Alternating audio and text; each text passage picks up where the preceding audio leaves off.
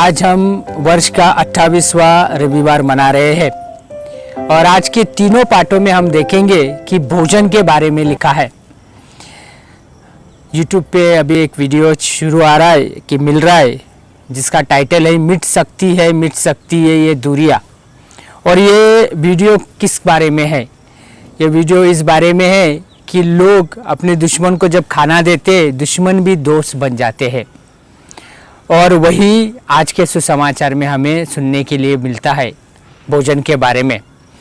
मैं एक mission area में काम कर रहा था और उस मिशन एरिया में जब हम गांव में जाते थे, मिस्सा रखते थे, प्रार्थना रखते थे, बहुत से कम लोग आते थे।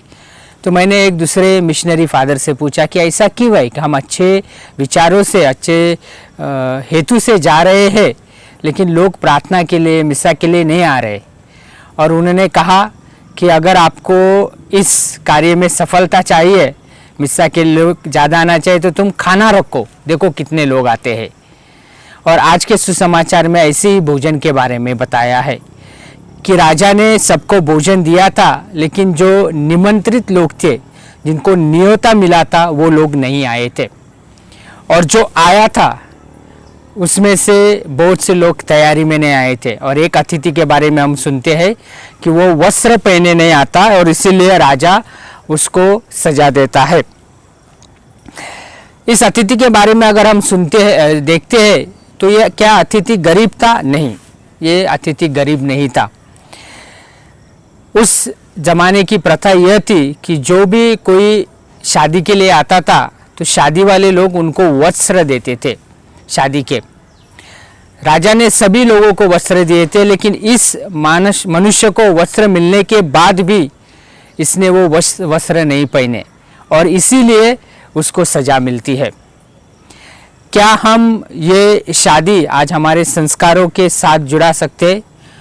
स्पेशली हमारा बपतिस्मा संस्कार जो है, बपतिस्मा में हमें क्रिस्ती धर्म का संस्कार दिया गया है।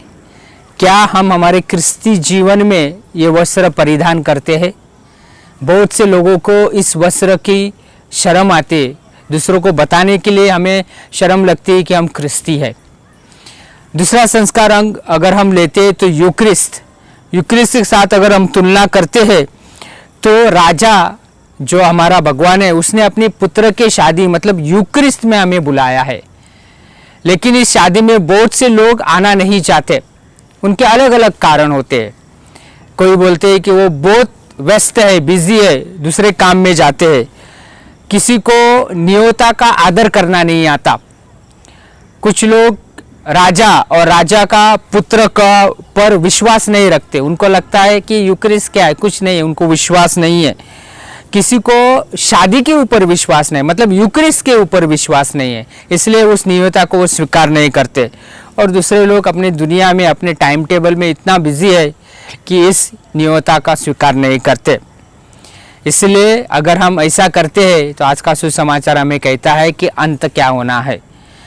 नियमता सभी को दिया गया है, फिर वो यहूदी हो या गैर यहूदी हो, क्रिस्ती हो या दूसरे धर्म का व्यक्ति हो, गरीब हो, अमीर हो, गुलाम हो, मालिक हो, बुरा हो, अच्छा हो, संत हो, पापी हो, सभी को बुलावा दिया गया है।